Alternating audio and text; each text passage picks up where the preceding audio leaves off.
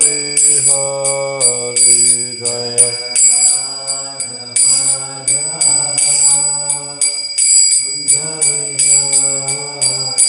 Jaya Radha Madhava Kunja Bihari Jaya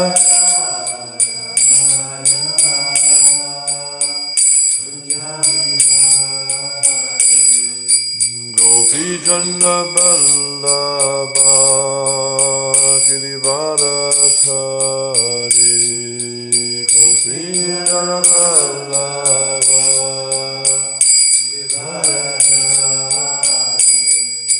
Gopi Jana Ballabha Girivarathari Gopi Jana Ballabha Yashoda Nandana Braja Jana Nandana Yashoda Yashoda Nandana Braja Jana Nandana Yashoda Nandana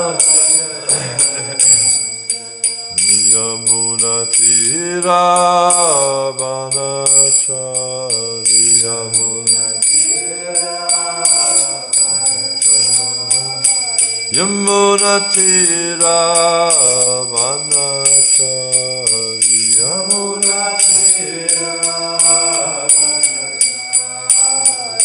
Jaya Radha Madhava Kunja Bihari Jaya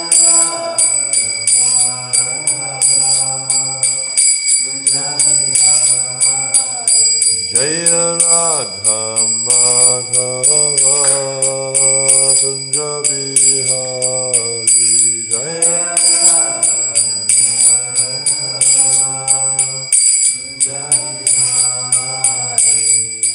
Gopi Jana Ballabha Girivarathari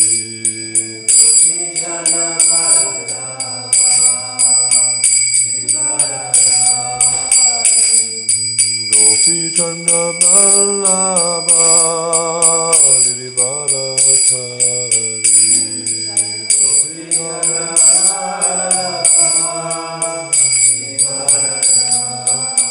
Yashoda Nandana Braja Jana Nandana Yashoda Yashoda Nandana Braja Jana Nandana Yashoda Nandana Braja Jana Yamuna Tira Vanachari Yamuna Tira Yamuna Tira Vanachari Yamuna Tira Jaya Radha Madhava Kunja Bihari Jaya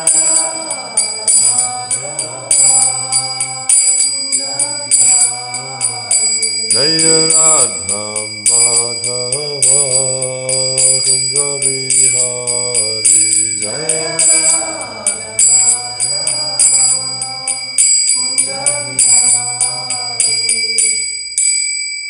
Jai Sri Vishnu Vishnupad Paramahamsa Parivrajaka Ashto Tarasata Shri Śrīmad-Bhāgavatam Grace of Charana Vindabhakam Prabhupada Ki ISKCON BBD founder Acharya save the whole world Sri Prabhupada Ki Jai Nitya Vishnu Vishnupad Paramahamsa Parivrajaka Ashto Tarasata Shri Śrīmad-Bhāgavatam Grace of Bhakti Siddhanta Saraswati Thakur Maharaj Ki Ananta Koti Vaishnavinda Ki Namacharya Shri Haridas Thakur Ki Members of the whole Sri Krishna Chaitanya Prabhu Nityananda Shri Advaita Gadadhara Sri Gaur Bhakta Vrinda Ki Shri Shri Radha Krishna Gokopana Shamakund Radha Kund Giri Govardhana Ki Braj Bhumi Shivindama Ki Navadvip Mayapur Rama Ki Purushtam Chacha Jagannath Puri Rama Ki Ganga Mai ki, Jamuna Mai ki, Bhakti Devi ki, Tulasi Maharani ki, Samaveta Bhakti Vrinda ki,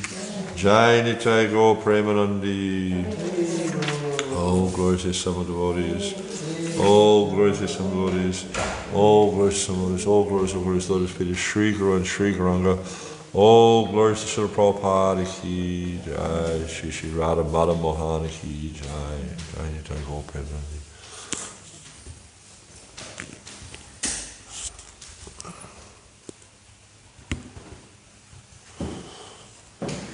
Om Namo Bhagavate Vasudevaya.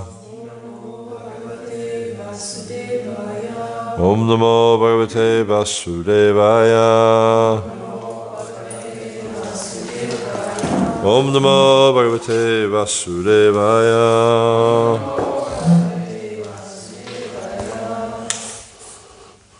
So we're reading from Canto 7, Chapter 15, verses 16 through to 18, I think. Yes. Is that what's on the book? Okay. This is Narad Muni's final instructions to Yudhisthira Maharaj. Santushtasya Nirihasya. Is it 16 or 17? I wrote 18. Oh, you wrote 18? I thought it said... Because it's the one with the purple. Oh, okay. No worries. I was just reading 16. No worries. I can do that. I just saw the same words. That's all I know. The same first word.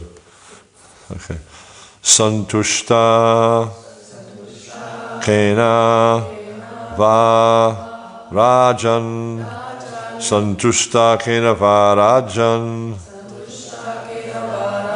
Santushta Kena Va Rajan.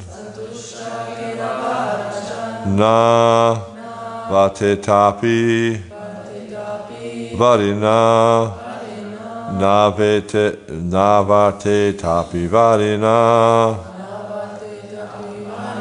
Na Vate Tapi Varina Santushta Kena Varajan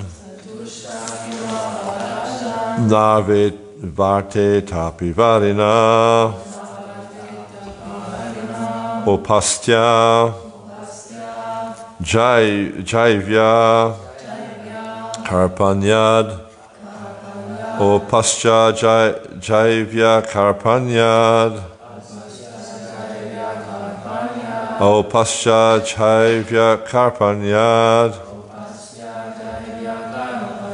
Griha Palayate Jana Griha Palayate Jana Griha Palayate Jana Opastya Jaivya Karpanyad Griha Palayate Jana Santushta Kena Varajan Nava Varte Tapi Varina Opastya Jaivya Karpanyad Griha Palayate Jana Santushta Kena Varajan Narvate Tapi Varina Opastya Jaivya Karpanyad Griha Palayate Jana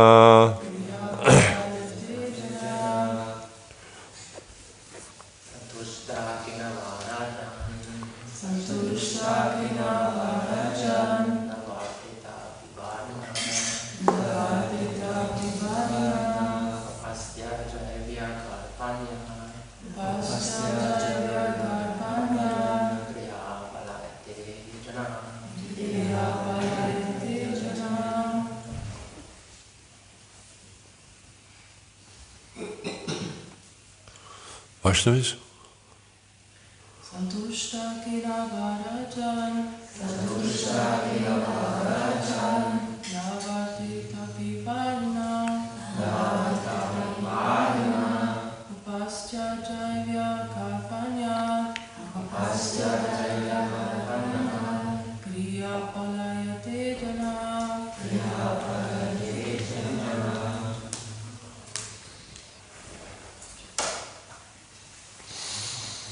Santushta, a person who is always self-satisfied. Kena, why? Va, or. Rajan, O king. Na, not. Vateta, should live happily. Api, even. Varina, by drinking water. Upastya, due to the genitals. Jaivya, and the tongue. Kapanyat, because of wretched or miserly conditions. Grihapalayate, he becomes exactly like a household dog. Bhagavatam speaks quite strongly sometimes, doesn't it? Jana, such a person. My dear king, a self-satisfied person can be happy even with only drinking water.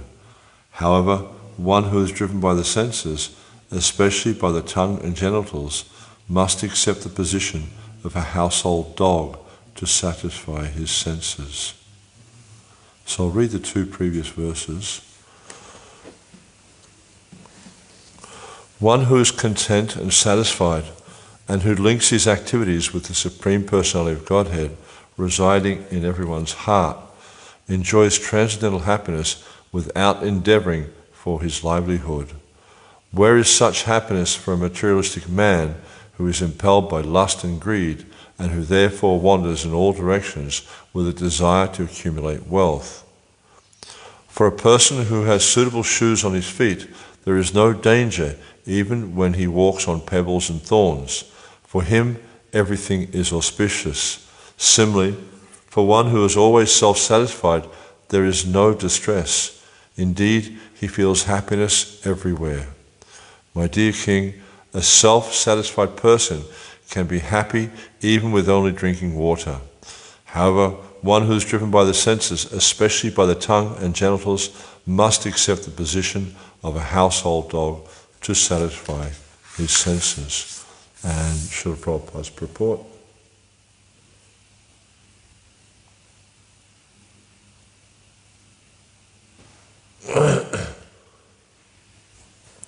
According to the Shastras, a Brahmana or cultured person in Krishna consciousness will not enter anyone's service to maintain body and soul together, and especially not for the satisfaction of the senses.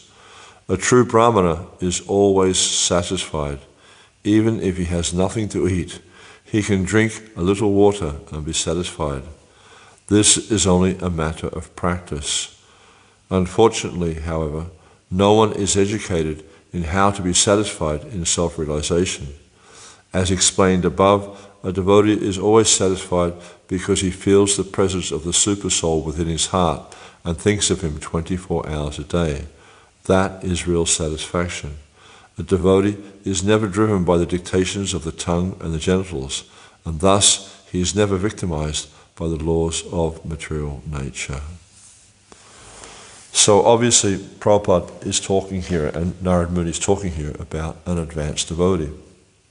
Because as we have all experienced, to find satisfaction in this material world is practically impossible. You won't find satisfaction in the material world, because that's the nature of this material world, is that the senses are constantly pushing for one type of satisfaction or another. And here particularly Narad Muni is talking or referring to the tongue and the genitals, and Prabhupada, and it's also mentioned in the Nectar of Instruction, this tongue, belly, genitals, Prabhupada mentions they're in a straight line. And if the tongue's not satisfied, then the belly's not going to be satisfied, the genitals won't be satisfied, because it's just the natural pushings of the body. But for someone who's taken to the path of bhakti, then they're on as we were reading yesterday, that even one who's starts on the path of bhakti, then the door to liberation is open. It's on the path. It's just like yesterday I came here from Passau, and by getting to the train station, it's practically like I'm here. Prabhupada describes that sometimes. It's like you've got the ticket. You're on the path. It means you will get to your destination as long as you follow through the process. So in the same way with the process of devotional service, even though we may not be experiencing that complete satisfaction at this point in time, because we're on the path of devotional service, we will get there as long as we stay on the path. But if, for instance, I had been coming here and I decided to get off the train at what was that place we went through? Frankfurt. There's two major stops at Frankfurt. If I had to go off the train at Frankfurt, and gone to the airport, for instance, because they stopped at Frankfurt South and the airport, and then I wouldn't have got here. I would have been distracted, gone on a plane or gone somewhere else, So, as long as one stays on the path, then success is guaranteed. And it may take a long time, it may take a short time, it doesn't really matter. As long as we stay on the path, you'll get the result. But for those in this material world, endeavoring to satisfy their senses, endeavoring to seek enjoyment in this material world, they never experience satisfaction. And you see this in this material world. I was watching various personalities on the train as I was coming here. I actually met a nice man coming across. His name was Eric, and I gave him some Mahaprasadam from Nrsingadev, and he's very, very happy with that. He's a chef. He's very happy. But there was this other man on the train who was obviously severely intoxicated. And, he was drinking his alcohol, and he had his little cans he was opening up and eating all sorts of abominable things in the cans. And he just looked in a state of his mind was very disturbed. You could see his mind was very disturbed. And this is due to this desire to try to satisfy the senses, this drive to satisfy the senses, but never actually achieving satisfaction. And this is the position of people in this material world. To one degree or another, they're very, very disturbed. And as Narad Muni is saying here, this what's this word he uses here? This griha palayate. There's an interesting verse in the Bhagavatam where it talks about someone who's constantly following the desire following this urge to try and satisfy the genitals, and it mentions how they're chasing after women, and actually they become like a little lapdog. And this is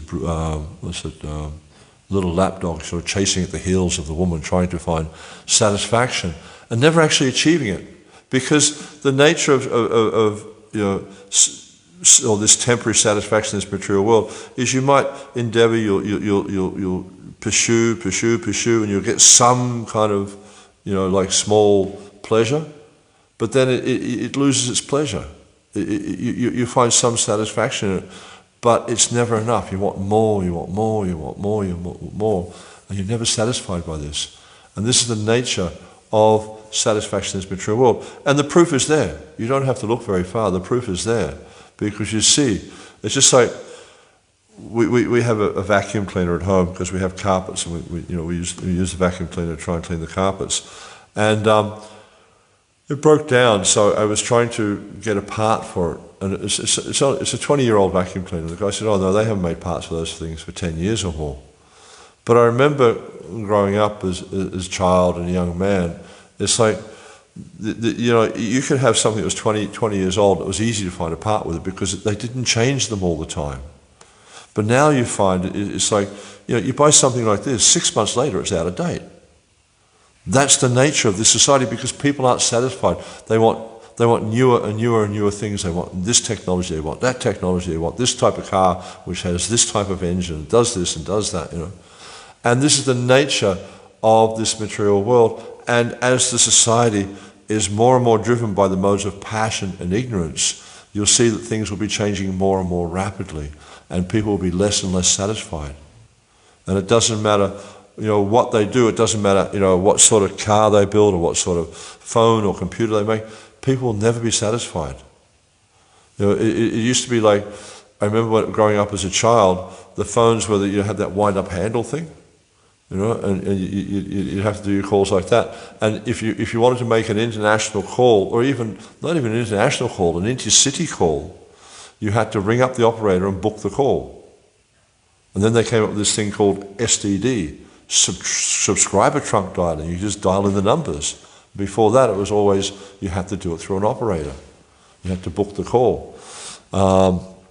And so, people weren't satisfied with that, so they wanted something more fancy, so they wanted these things so they could just dial in the numbers. And now, you don't have to even go through, when you do ISD, International Subscriber Dialing, you don't even have to worry about that anymore. You just do it on WhatsApp or Zoom or something like that. So these things are constantly changing, and you'll see, as it progresses, as we're experiencing, the technology is constantly changing, and people aren't satisfied with that. There's always going to be some glitch in the system, or they're going to want something better, or fancier, or faster, or cheaper, or whatever. But this is the nature of this material world.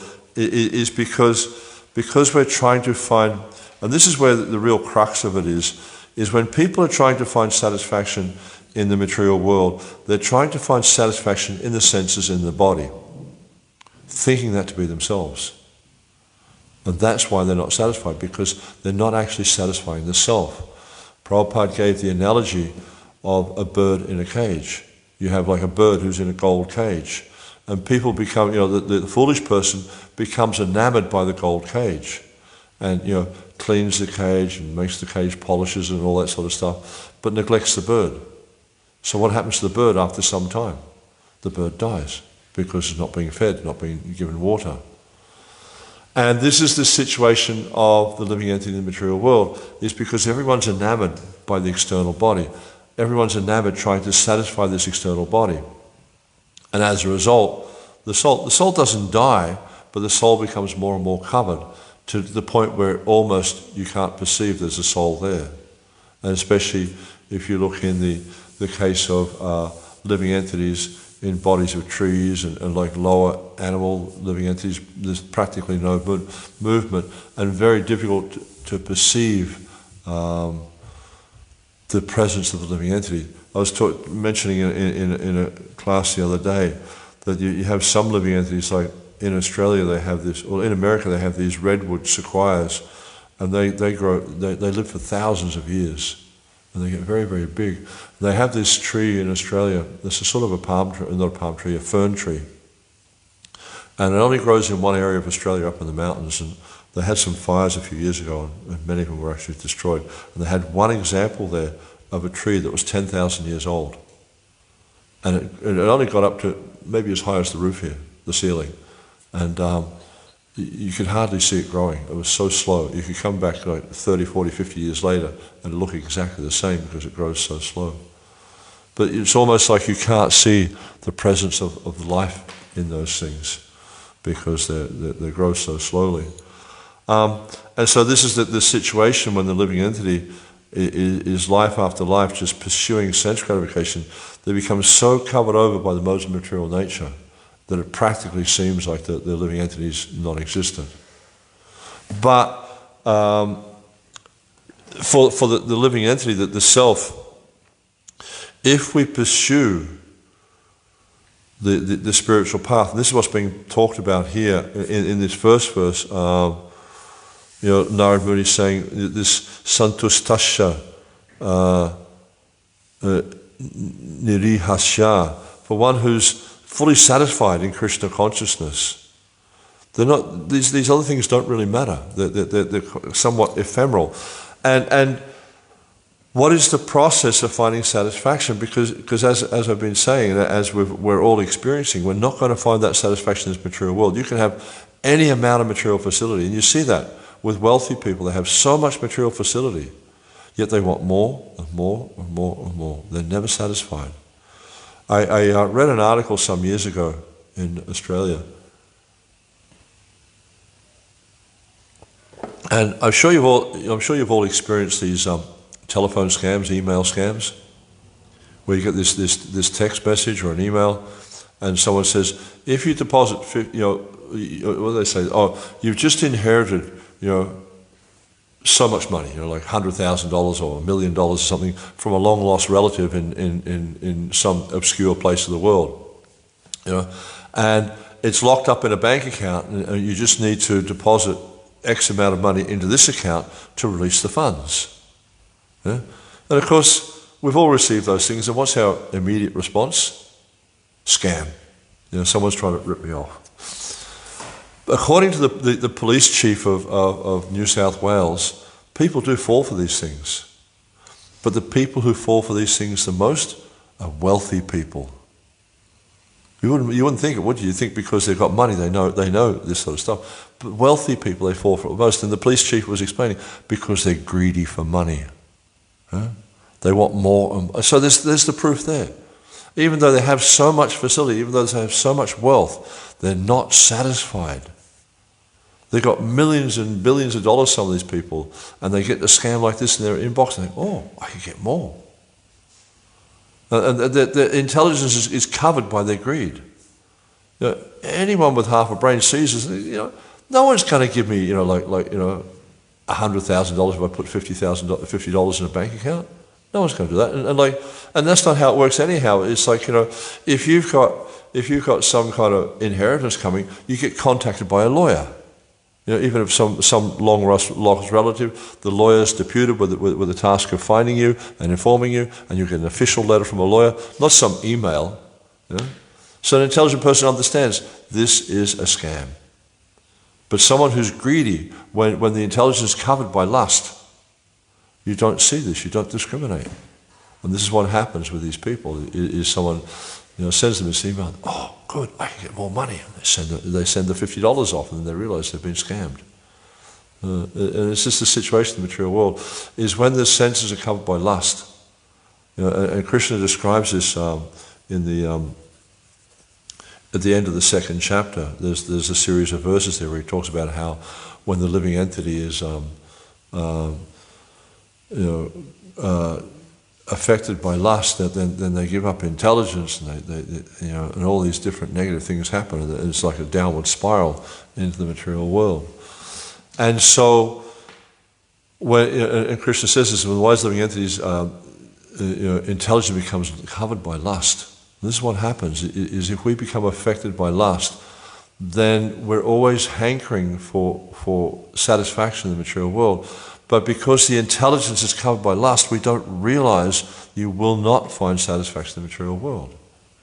It's only when the intelligence is not covered by the lower modes, when the intelligence is influenced by the mode of goodness and transcendental nature, that we can actually understand, how to find satisfaction in this material world. And this is what Narad Muni is talking about here. And so we see, I just made a few notes of this morning, that if we understand what is the purpose of human life, what we have the human form of life, and this is mentioned, there's a nice verse in the Hitapadesha, Hara Nirvaya Maitaram Chasamanyate Pashabir Samana, Dhamena Hina Pashabir Samana. I can't remember the whole verse, but essentially what it's saying is that eating, sleeping, mating and defending, this Ahara Nirvaya Maitaram, that they're common to both men and animals. We see animals eat, they sleep, they mate, they defend. Men also do that, humans also do that. But the difference is this adhiko vishesho, this one special quality. This is dhamena, I can't remember the line, it says adhiko vishesho. The vishesha means like a special quality. So this one special quality of human form of life is dharma, is to pursue religious activities. But if a human being doesn't pursue religious activities or dharma, then they're no better than an animal. Dhamena hina pashubis samana. Samana means the same. So if human beings don't pursue dharma, then they're the same as animals. And this is what we're seeing here in the material world, is they're living just like animals. What's their whole focus? To eat, to sleep, to mate, defend. And if that's all they're doing, then they're no different from an animal, because that's what the animals do. And this is what Narada Muni is saying here. He's saying this griha palayate. They become just like a household dog.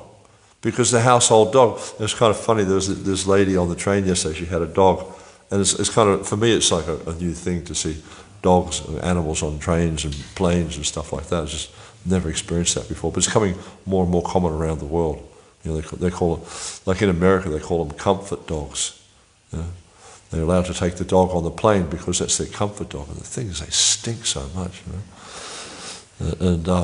But just like to see the way there's this little dog, it looked quite intelligent actually, but the way it was kind of interacting, the way it and the lady were interacting, you could see there was, the lady was very attached to the dog was very attached to the lady, and was completely dependent upon the lady for everything. But this is what the living entity becomes like in this material world, that if they don't pursue the path of Dharma, because this is what human life's meant for. It's not meant for some other activity. It's meant for understanding who we are. Prahlad Maharaj says the same thing. Komaracha Dhammam Bhagavatimiha. From the tender age of childhood, from 5 years old, we're meant to pursue Dharma. We're meant to understand what is the purpose of life. Otherwise, as Narada Muni is saying here, we live just like a household dog. And you see that. Vidura, he was criticizing Dhritarashtra very strongly. He says, you're living just like a dog in the household, depending upon the scraps of Bhima. It was very, very harsh words meant to sort of go right to his heart.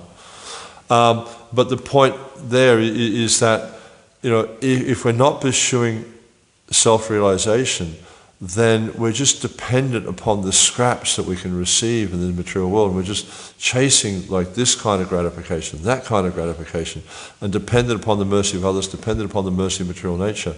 And as we see, Prabhupada often describes how the material nature is merciless. When we're victims or when we're controlled by the material nature, we're experiencing these very, very stringent laws of material nature and suffering very grievously at the hands of material nature. And you see this with materialists, they're suffering so.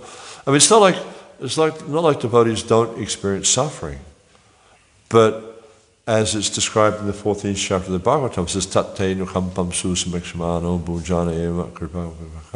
We understand that these things are happening because of our past misdeeds, because of something we may have done earlier in this life or in a previous life. We're getting our reactions. But we don't give up the practice of bhakti, because we understand through the practice of bhakti we'll actually become peaceful, we actually become satisfied in this world. And this is the difference between a devotee or a sadhaka or sadhu and a non-devotee. Is they're not satisfied, and you'll see that. You constantly see that. So, human life is meant for self-realization. It's not meant for fulfilling these animal propensities, because if we focus on the animal propensities, we won't be satisfied. And that's just what we see. But we see also, Prabhupada, I was reading that verse this morning, Tatikshva Kurunika Suhira Savada Ajita Shattava Santa Sadava Sadabhushana, where Kapila Deva is describing the qualities of a sadhu. And Prabhupada mentions in the purport that a sadhu is satisfied at some level because of a relationship with Krishna, but a sadhu is also not satisfied. But his dissatisfaction is different. The materialistic dissatisfaction is because my senses aren't being gratified. Whereas a devotee's dissatisfaction is because others are not coming to the process of Krishna consciousness. This is the difference. Is someone who's a devotee or a sadhu is always looking to bring others to Krishna consciousness, and this is how they experience their satisfaction. Of course, they're satisfied in their relationship with Krishna, but they want to become a better devotee, they want to serve Krishna better, but also they want to bring others to Krishna consciousness. So this is a very, very important point. And you'll see the difference is like, because here what's being described is someone who's actually an Atmarama. Atmarama means someone who's self-satisfied. So someone who's an Atmarama finds satisfaction within the self, in their relationship or cultivating their relationship with God. Whereas someone who's a materialist finds satisfaction in the senses, the material nature. And the thing, it's obvious, at least to devotees, why they never find satisfaction, because they're looking for satisfaction in something that's not them. Whereas the Atmarama is looking for satisfaction within the self. And that way you can find satisfaction, because you can't, it's just like, we've got this cup here, and I'm trying to find satisfaction or pleasure in the cup. How do you do that? It's just a material object. How do you find satisfaction with it? And this is the nature of the materialistic person, is they're trying to find satisfaction in the body. They're trying to find satisfaction in the material nature, which is not them. And so you can never find satisfaction in it, because it's an inanimate object.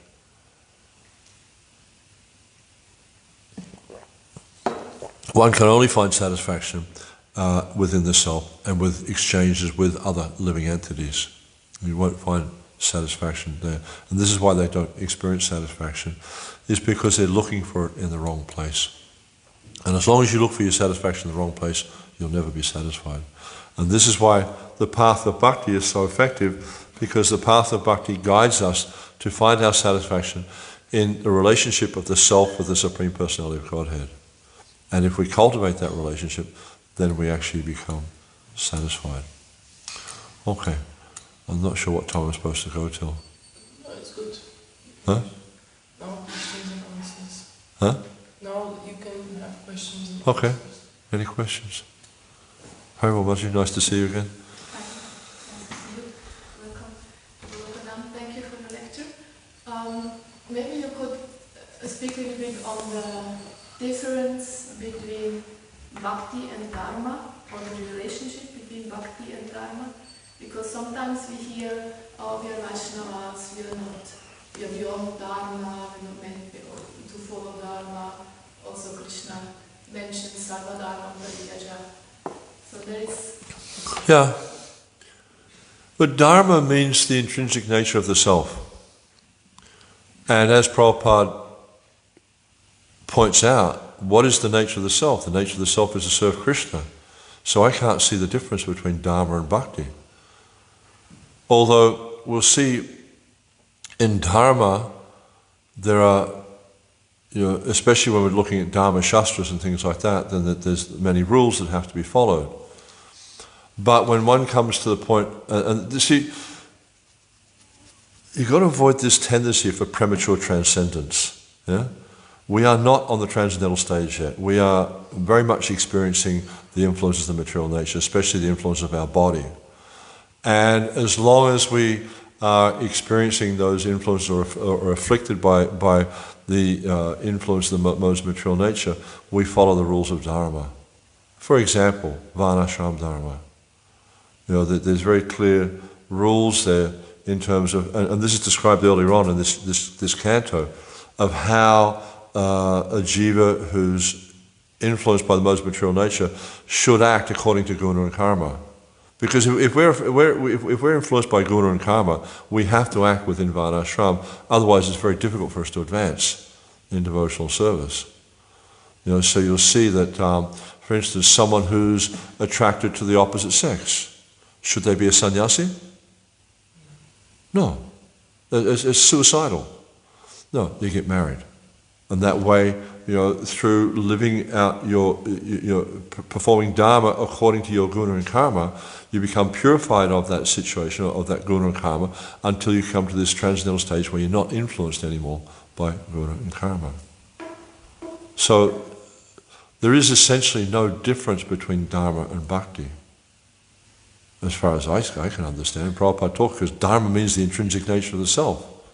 Like in here we have water. What's the dharma of water? It's wet. It slakes your thirst. If I reduce the temperature, it becomes something different, therefore, and it'll have a different nature. It'll become ice. If I increase the temperature, it's no longer water, it becomes steam. So everything has its intrinsic nature, and Prahlad Maharaj talks about the nature of the self is to serve God. That's our dharma. But according to how much we're influenced by the modes of material nature, then the dharma changes. The way we apply the dharma changes. The way we execute our dharma changes. And as we become more and more advanced, then we're no longer influenced Just like I was looking at that verse also, the Atmarama verse this morning, and Lord Chaitanya, he defines different words there. Let me see if I can find it for you. Sorry.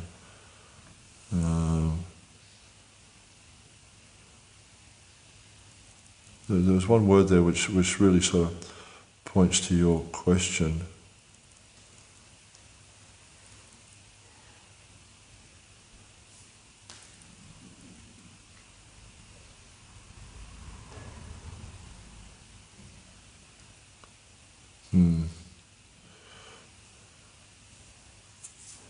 Yeah, this word nigranta. He talks about Amarava Shanava nigranta, whatever it is. He says, and the word nigranta conveys these ideas. One who is liberated from their sense, so obviously an advanced personality. One who has no connection with scriptural injunction, i.e., one who is freed from the obligation of the rules and regulations mentioned in the scriptures, like ethics, Vedas, philosophy, psychology, metaphysics. In other words, the fools, illiterate urchins, etc. have no connection with regular principles. But it also can refer to someone who's very advanced and who no longer needs to follow the rules and regulations of Scripture. But you'll see that generally speaking, like even a great personality like Srila Prabhupada, even though we understood he was Uttamadhikari, because he was preaching, or because he came to give Krishna consciousness to others, he would also follow the rules and regulations to set the example for others to follow. And you'll generally see that great devotees will do that, especially when they're in this stage of preaching or presenting Krishna consciousness to others. They'll follow the rules and regulations for the benefit of others. But you'll see greatly advanced personalities like Rishabdev, for instance, later on in life, he didn't follow any rules. Nityananda Prabhu didn't follow, you'll see there's examples of that. But the tendency is that people who are less evolved in spiritual understanding get confused. Just like we see that Bhakti Siddhanta Saraswati Thakur, he forbid his disciples to associate with Vamsidas Babaji. Not because there was something wrong with Vamsidas Babaji or because he had some weird philosophy, but because he was so advanced that he was beyond the rules and regulations, and therefore his neophyte disciples wouldn't understand how advanced he was. And this is the risk, is when devotees who aren't very advanced in the process of bhakti associate with very advanced devotees, they can misunderstand their actions and their activities. So we have to be very, very careful. I hope that answers your question. Anything else? I have a question. You mentioned suffering. Is it Kamalasita? Yes. Kamalasita, okay. You mentioned in your lecture a lot about suffering. The materialists, they are all suffering, and they want to satisfy the senses and they can't, and it causes suffering.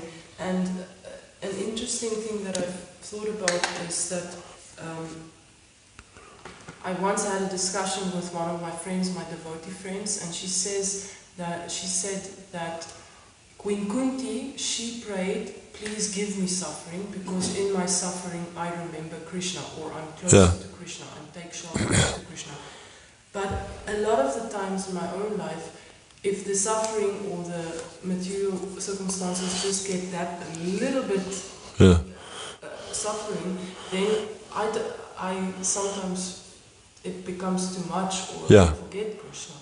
So could you talk a little bit about that? Because it seems to me that yes, Krishna, this world has suffering because at some stage we have to wake up, but it could also have the opposite effect. Yeah, but this really shows you clearly that you're not Queen Kunti. Yeah, I'm not saying. No, but I'm not saying you are, but it just shows you how much difference there is between someone like Kunti, how advanced she is in devotional service, and how advanced we are.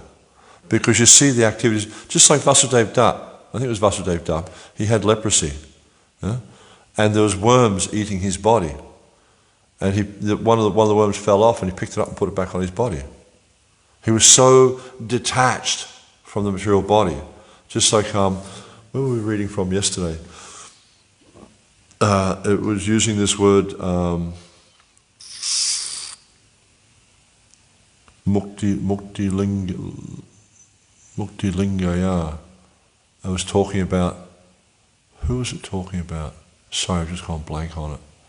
But how this devotee was aloof from the effects of the subtle, or this connection with the gross and subtle body. So because we're very much attached to the gross and subtle body, because this is how we seek our pleasure, this is how we experience the material world, we're identifying, we're connected with the gross and subtle body. Therefore this concept of inviting suffering, no way. This is just not where I'm at, you know. So it just shows us clearly we're not that advanced in devotional service. Because, I experience so much suffering from my body, I wish it wasn't there because I don't enjoy it. It's difficult, and I don't sleep properly, and this thing and that thing. I had the first good night's sleep last night for about 3 weeks, So this just tells us how lacking we are in spiritual advancement. Because you'll see and it's also, it really shows us where our attraction is, because Kunti, her only attraction is Krishna. Let the suffering come. I don't care about that. I'm not really attracted to the material body. I'm not attracted to anything in the material world. I'm attracted to you. So whatever impels me to think of you, great, bring it on. But we're not like that, because we're attracted to the body, we're attracted to enjoying things connected with the body. So the trick is to somehow or other reduce this attraction from the material body. But the only way you're really going to do that is by increasing your attraction for Krishna, because you can go through all the external mechanisms of tapasyas and these things and that thing, but if you're not increasing your attraction to Krishna, you'll still, just like we see there's one of those famous munis, I think it was Sabari Muni, who was meditating under the water, and because he was still attracted to his body, he saw 2 fish engaging in sex, and it disturbed his mind. He became attracted to sex, and then because that's why he was meditating on the water, because he thought, I won't get distracted by anything else. But then he saw these fish having sex, and that disturbed his mind, and he went out and he fell down with Menaka. So that's the thing, is as long as you have attraction to enjoying things in this material world, you'll find that unpalatable. But if we come to this point of only being attracted to Krishna, then whatever comes, whatever happens, whether it's happiness, distress, it's just going to impel me to serve Krishna more. It's going to increase my attraction to Krishna. And this is what she was doing. She was just praying, because you can see from that prayer how deeply advanced and how kind of, what's the word, knowledgeable, how much she understood the Siddhanta. Because let the sufferings come, because when the sufferings come, I remember you. When I remember you, I no longer fear complete repeated birth and death. Because this is the situation in this spiritual world. Everyone's confronted with that. This concept of bhutva praliyate. Again birth, again death, again birth, again this, going on and on and on. And this is the cycle of suffering. This samsara, it's a cycle of suffering. And most people in this material world, they're not even vaguely aware of that until the last few years. Then they start to get really concerned about death. And, because they're thinking they're going to live forever. They're acting like they're going to live forever. They build these big houses and whatever it is, they make so many arrangements like they're going to live forever. And they try to, get doctors to extend their life and this thing and that thing. But they're not aware of how temporary this existence is. But this is one of the fortunes we have in devotional service. We're aware of the temporary nature of living in this material world.